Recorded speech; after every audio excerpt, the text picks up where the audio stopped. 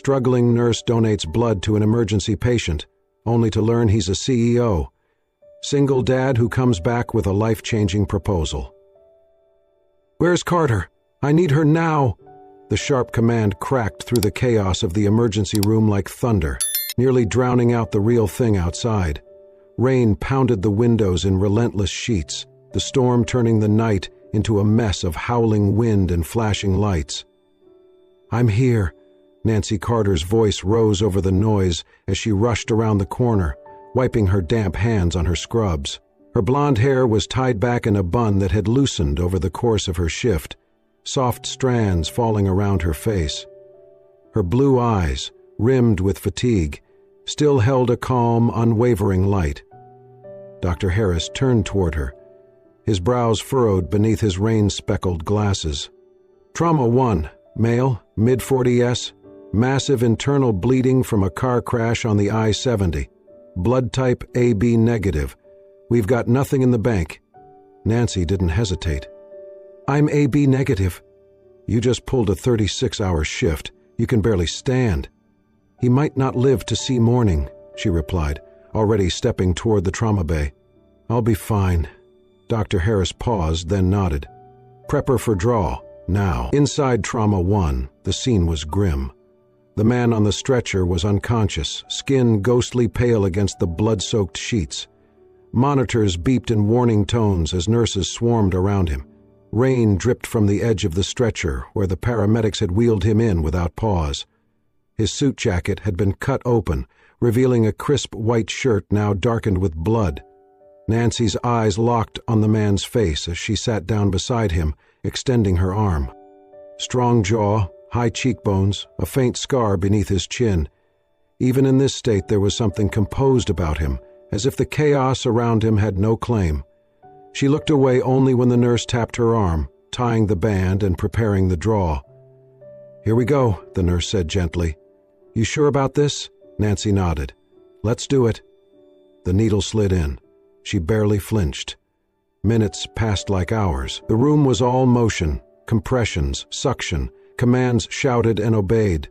But Nancy sat still, watching the man's chest rise and fall beneath the oxygen mask. His breaths were shallow.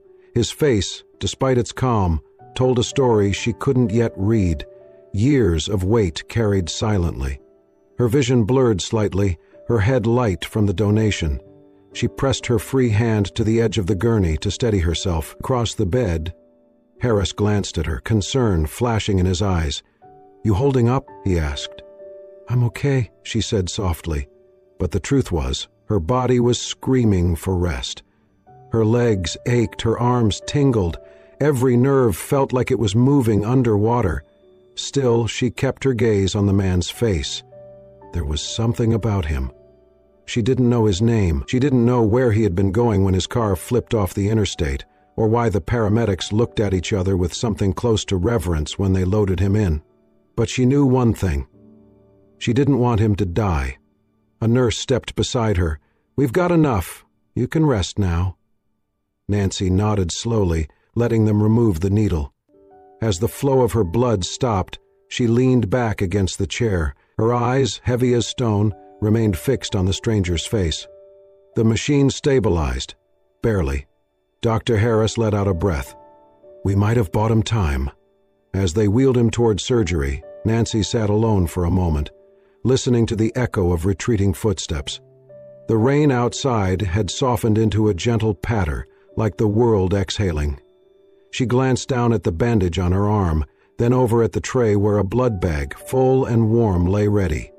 She looked again at the man's face as the stretcher disappeared around the corner. Something about that moment settled in her bones, a quiet certainty, deep and strange. She did not know yet that this man was Albert Blake, that he was one of the most powerful COs in the country, that he had a son, that he was alone. She only knew one thing: she had saved his life. And somehow, in a way she could not explain, he had just changed hers. Albert Blake opened his eyes to the soft hum of a heart monitor and the sterile scent of disinfectant. Dim light filtered through the closed blinds, casting horizontal shadows across the hospital room. His vision cleared slowly, the ceiling tiles sharp and unfamiliar. There were no flowers, no balloons, no family waiting at the bedside, only silence. He blinked once, then turned his head slightly, wincing as pain lanced through his side. He looked down. His torso was tightly wrapped. An IV line snaked into his arm. On the table beside the bed sat a plain glass of water and a folded blanket. A nurse entered, clipboard in hand. "You're awake," she said with a smile. "We'll run some scans shortly. You're stable now." Albert didn't respond. His dark eyes took her in, assessing, distant.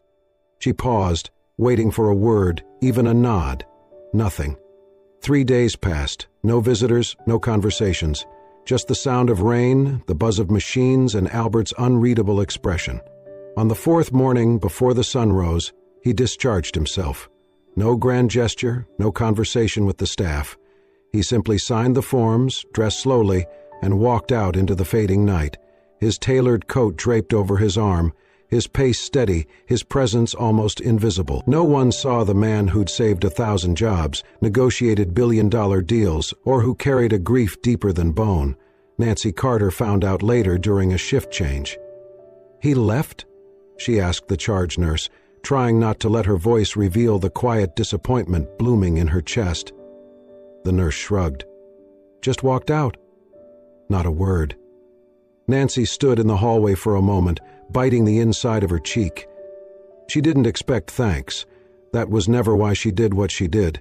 But something about this one, it lingered. Maybe it was the silence. She turned back to her station, sighing as she checked the next room. Inside, Mr. Langley, an elderly veteran with a biting tongue and a broken hip, sat grumbling at the edge of his bed. "I told you people I don't want your lousy pudding or your fake compassion," he barked as she walked in. Nancy smiled gently. "Good morning to you too, Mr. Langley." "You're too young to understand pain," he muttered. She sat beside him, taking a cloth from the tray. "I think pain doesn't care about age." He snorted, but didn't pull away as she gently began cleaning the wound on his arm. Her hands trembled slightly, exhaustion still clinging to her, but her touch remained careful, patient. "I don't want the TV," he grumbled after a moment. "But maybe some music." Nancy tapped her phone and searched through her playlist. She found an old piano piece, Chopin, soft and familiar. As the notes filled the room, the harshness in Mr. Langley's features softened, if only slightly. "You play this?" he asked, eyes narrowing. "Used to," she replied, still dabbing the wound. "A long time ago." Outside the room, unseen, Albert Blake stood quietly at the end of the hall. He hadn't planned to return, but something had pulled him back. He watched Nancy through the window, the way her tired eyes still lit up for a patient, the way she steadied her hand when it wanted to tremble, the way her presence made even the most bitter man listen to music. He didn't know her name, not yet, but he recognized what he saw, a kind of strength wrapped in gentleness, foreign to the cold world he knew. Albert turned and walked away before she could see him. That evening, after her shift, Nancy returned to the nurse's station to find a small, folded note on her desk. There was no name, just a short message in neat, deliberate handwriting. "You gave something you did not have to give. I will not forget it. A grateful stranger." She stared at the words for a long time, then slowly smiled. She didn't know that the man who wrote it was the one she had saved. Didn't know he'd watched her. Didn't know he was about to become the most unexpected chapter of her life. It was Sunday morning, and for the first time in weeks, Nancy Carter allowed herself a slow walk beneath the golden canopy of trees at Riverview Park. The storm had passed, leaving behind the crisp clarity of early fall. Leaves crunched underfoot as children's laughter rang from the nearby playground. She needed this. A little silence, a little space to breathe. Passing a line of park benches, she spotted a boy, alone, kneeling on the sidewalk just ahead. He looked no more than 7 or 8, dark-haired and slim, his back to her. Something in his posture caught her attention. He was drawing on the pavement with sidewalk chalk. Spirals, symbols, shapes.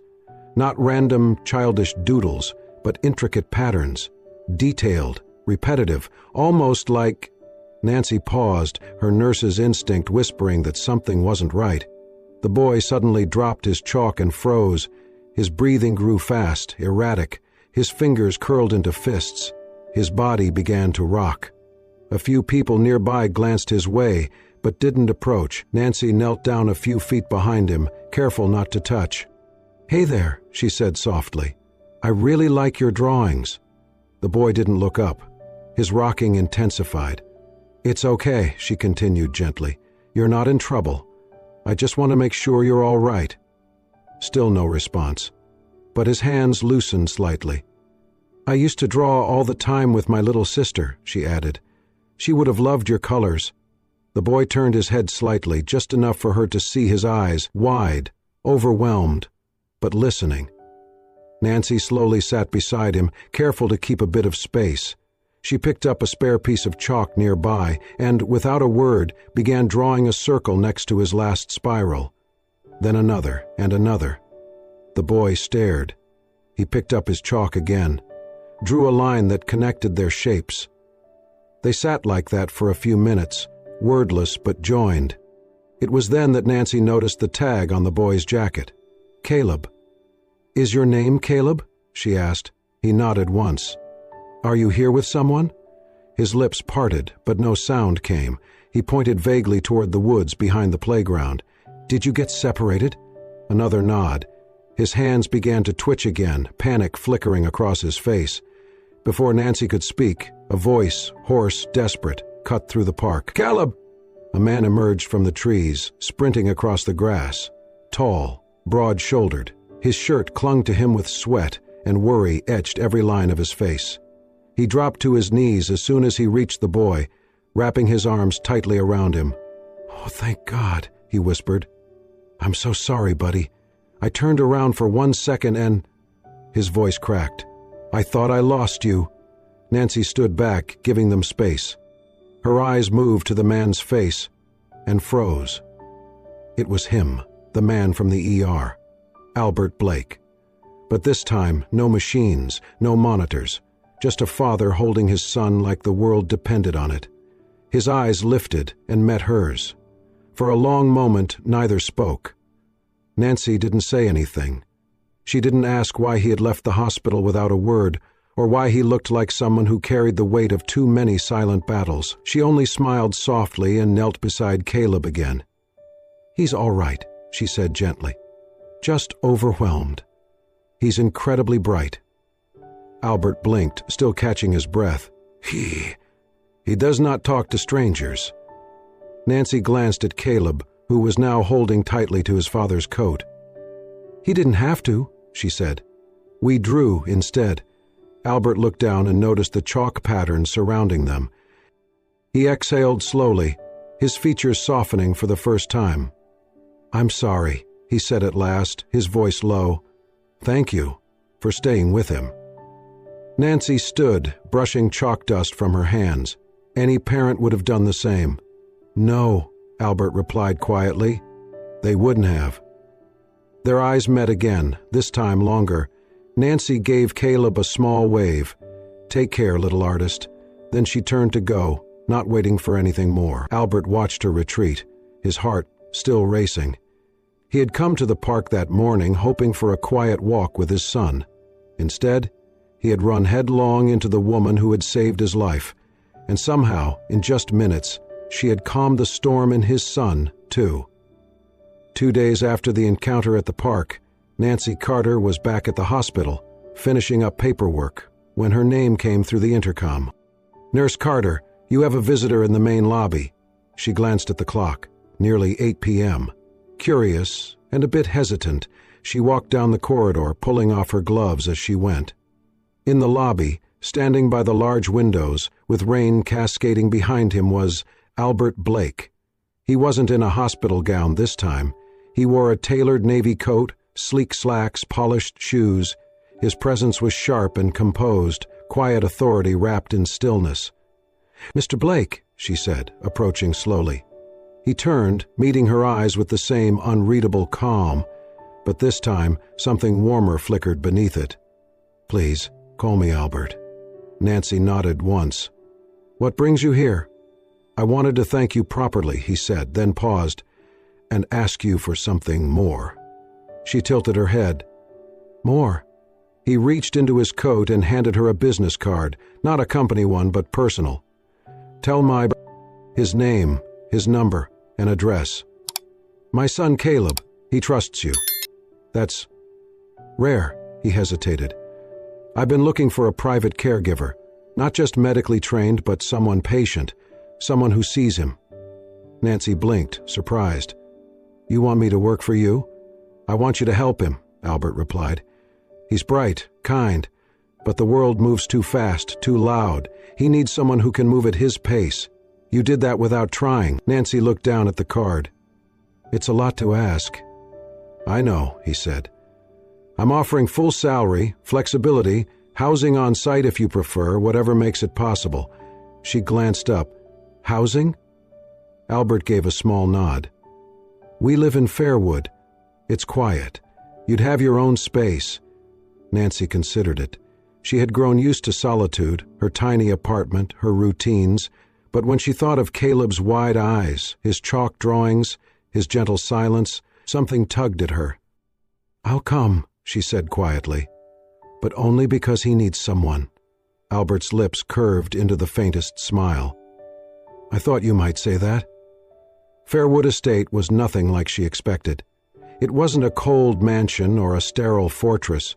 It was warm, understated, surrounded by trees, a wide porch, sun-faded stone, tall windows filled with books and light.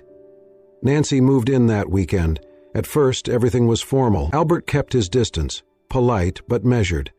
But Caleb greeted her with his box of chalk and a quiet tug on her sleeve. That was enough. They fell into rhythm. Mornings began with walks in the garden, afternoons with quiet drawing or music therapy.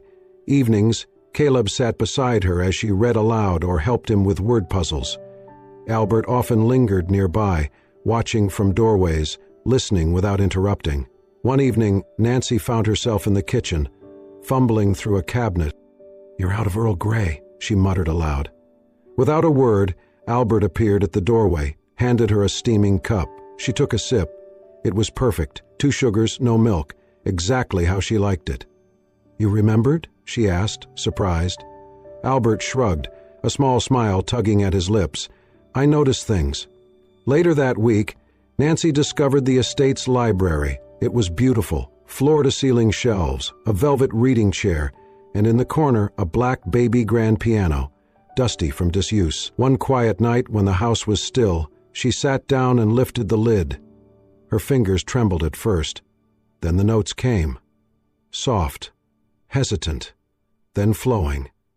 It was the melody she used to play for her sister, gentle and sorrowful, like a memory wrapped in light. Outside the door, Albert stood in the hallway, hidden in shadow. He didn't move, didn't speak. He just listened, hand resting lightly against the frame. The music said more than words ever could, and for the first time in years, the house felt like a home. The first headline appeared on a Wednesday morning. From street musician to private nurse, the mysterious past of Albert Blake's caregiver. Nancy was folding Caleb's laundry when she saw the article on the kitchen tablet. Her hands stopped mid-fold. The picture, blurry, taken from years ago, showed her sitting on a city sidewalk with a young girl beside her, a battered piano keyboard between them. Her heart dropped. By the afternoon, 2 more articles had surfaced. One delved into the accident that had claimed her sister's life. The other questioned her credentials, twisting her years of struggle into something almost sinister. They made it sound like she had something to hide, like she had failed. Nancy sat on the porch in silence as the wind stirred the trees. She knew this moment would come. She just didn't expect it to hurt this much. She thought of Caleb, of his chalk drawings and gentle eyes, thought of Albert, the way he listened to her play, the way he noticed even the smallest details. She thought of the quiet joy that had started to bloom in the corners of her life, and she thought of losing it. It started with a tense call from the hospital board, then a formal letter, then whispers among staff who once admired her. Why didn't she disclose her past? Street performer? Is that even legal? Does Mr. Blake know? She did not wait for the scandal to reach his doorstep. That night, rain lashed the windows like broken glass. Nancy stood in her room at Fairwood, her suitcase half-packed. She had placed her music books in first, then her sketch pad, then her few keepsakes. The piano, of course, she would leave, but the small wooden box with her sister's name carved on top, she clutched that in her arms like it still held breath and laughter. She moved to the front hallway quietly, careful not to wake Caleb. Her coat soaked quickly as she stepped outside, but she didn't stop. She moved to the car, waiting by the edge of the drive. Behind her, a voice called out through the storm. "Nancy!" She froze. Albert stood at the door, rain washing down his face like tears the sky could not hold. "You were going to leave without saying goodbye?" he asked, stepping forward. Her lips trembled. "It's all over the news, Albert. I didn't want Caleb dragged into it." "I don't care about the news," he said, voice breaking. "I care about the truth." Nancy looked away. "The truth is, we were poor. I played on sidewalks to put us both through school. One night after a performance, a drunk driver—" She swallowed hard. "I was 15 feet away. I heard the crash. I couldn't reach her in time." She blinked, fighting the tears. "That's why I stopped playing. Every note reminded me of her." Albert stared at her, the rain soaking his clothes, his hair, but he didn't move. I'm sorry," she said, barely audible. "But if I stay, people will use it against you. Against Caleb." Albert stepped closer, his voice raw. "Do you think I care what the world says about me? I've been called worse than reckless for hiring a nurse with a heart." Nancy's fingers tightened on the handle of her suitcase.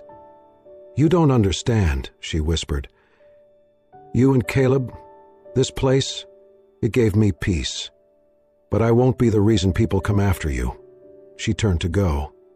Albert's voice cracked behind her. "I let someone walk away once. Caleb's mother. She couldn't handle who he was. She walked out and never looked back." His voice dropped to a whisper. "I didn't stop her. The rain fell harder. But this time, I won't make that mistake again." Nancy turned, her eyes shining with tears. Albert's were already breaking. "I should have told you," she said. "You should have stayed," he replied. They stood in the storm, neither moving, wind whipping, hearts trembling. Then Nancy stepped forward and pressed the suitcase into his hands. "I need time," she said softly, "but I'll come back." Albert didn't answer. He only nodded once and held the suitcase like it carried more than belongings and carried her promise. The boardroom was packed, the air thick with tension. Wall-length windows framed a flawless city skyline, and at the head of the long table, Albert Blake's chair sat empty. For the first time in over a decade. "Where the hell is he?" one executive muttered. "We're down 2 points after this scandal broke. If he doesn't show, he's never missed a quarterly call." "And now he does? Because of a nurse?" Across the room, his assistant calmly closed her tablet. "He won't be attending," she said, rising to leave. He had another engagement. Across the city, in a modest community center that still smelled faintly of fresh paint and wood glue, folding chairs filled a small hall. Paper lanterns hung from the ceiling. Children giggled in corners, volunteers handed out hot cocoa, and a simple, hand-painted banner read, "Music for the Heart Benefit Concert for Homeless Youth." Backstage, Nancy Carter sat at a worn, upright piano, her fingers resting gently on the keys.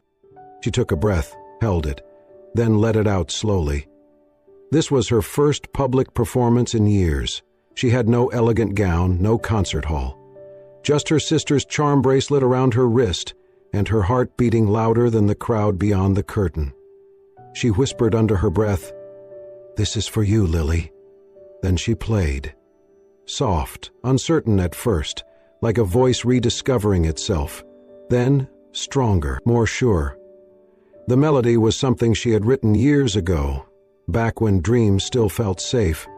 a piece about beginnings and endings, about light returning after rain. The audience fell silent, even the children. In the very back of the room, unnoticed, Albert stood alone in a charcoal coat, his eyes fixed on her through the crowd. He had arrived just as she touched the first note, slipping into the room without a word. He had stood in boardrooms with billionaires, in front of cameras, on magazine covers, but never had he felt the pull in his chest like this. Watching her now, her eyes closed, the music flowing from her as if it had waited its whole life to be heard, he saw the truth. This was what mattered.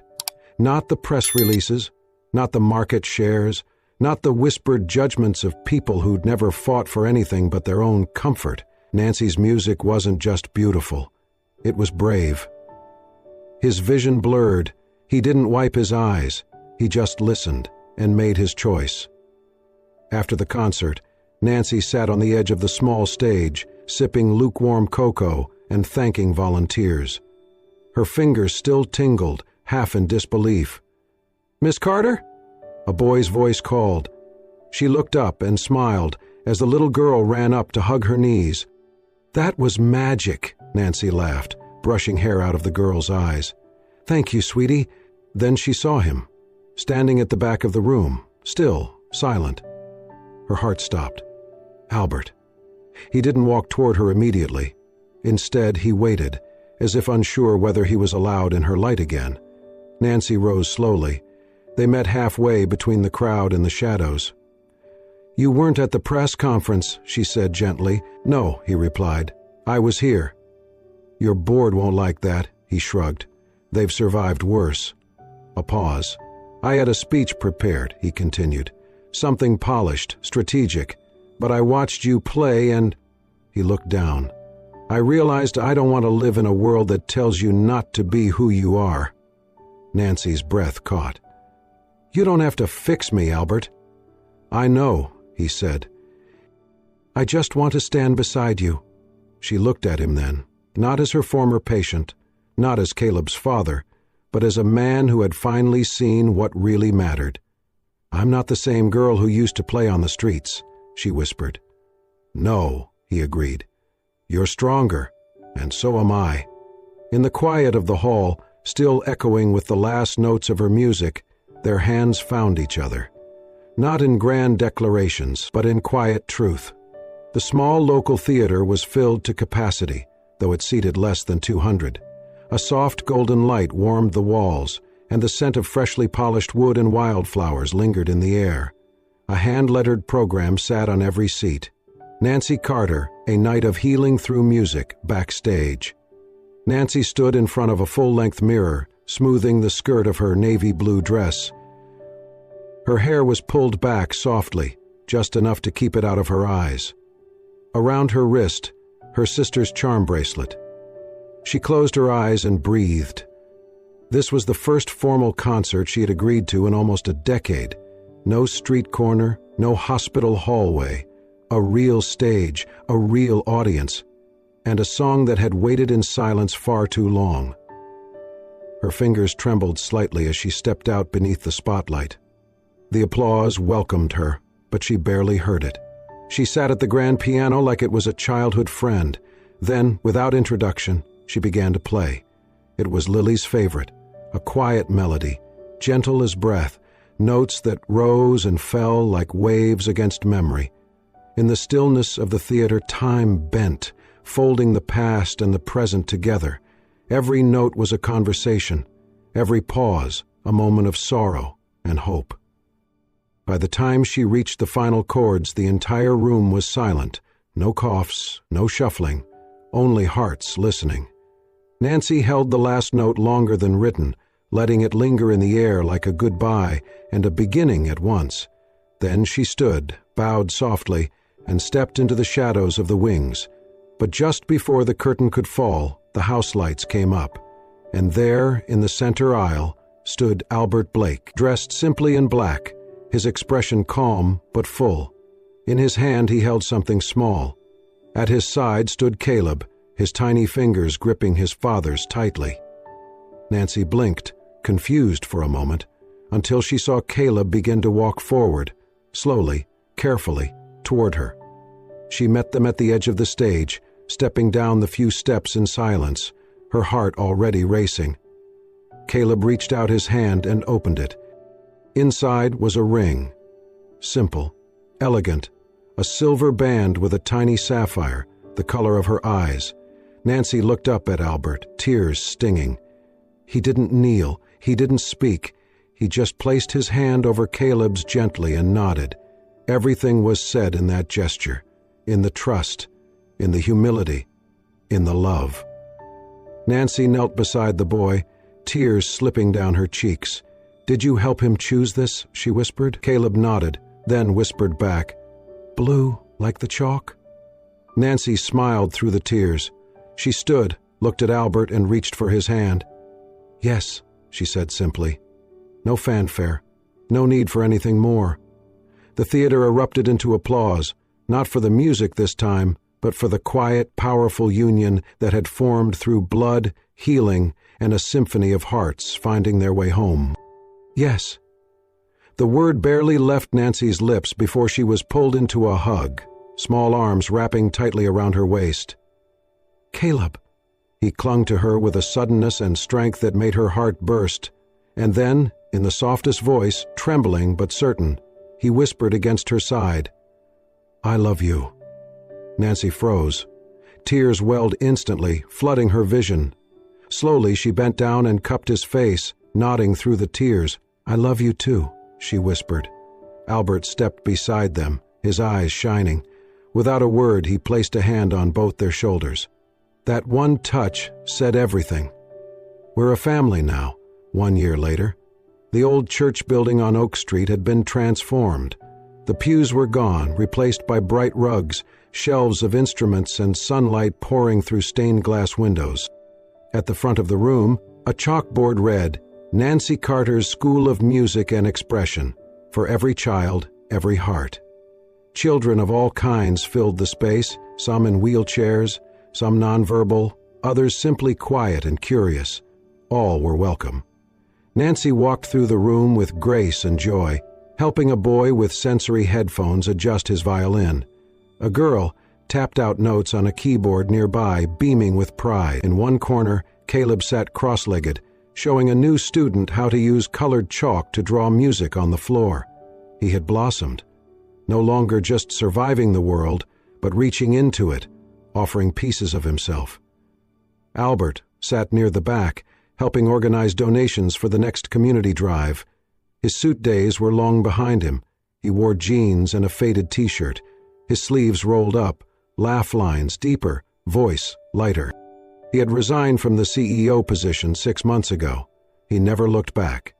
Now he served on nonprofit boards, fundraised for underprivileged families, and poured his time into causes that mattered, not for profit, but for purpose. And every day he returned to this place, to Nancy, to Caleb, to their new rhythm of life.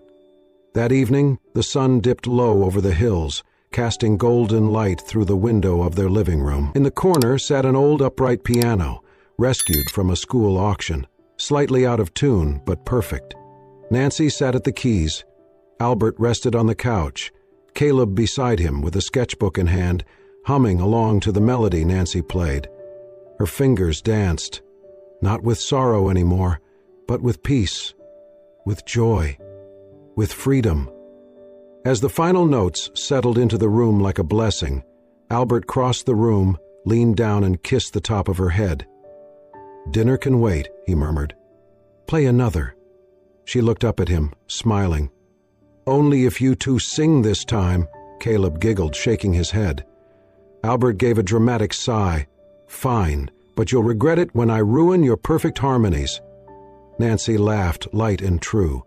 In that small, sun-drenched room, 3 hearts beat in quiet harmony. A man once drowning in silence, a woman once haunted by music, and a boy who had never spoken the words until love made him brave.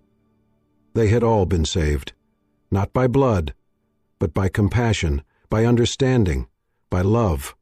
And, in the end, that was the only music that truly mattered. If this story touched your heart the way it touched ours, take a moment to reflect on the quiet heroes among us, those who give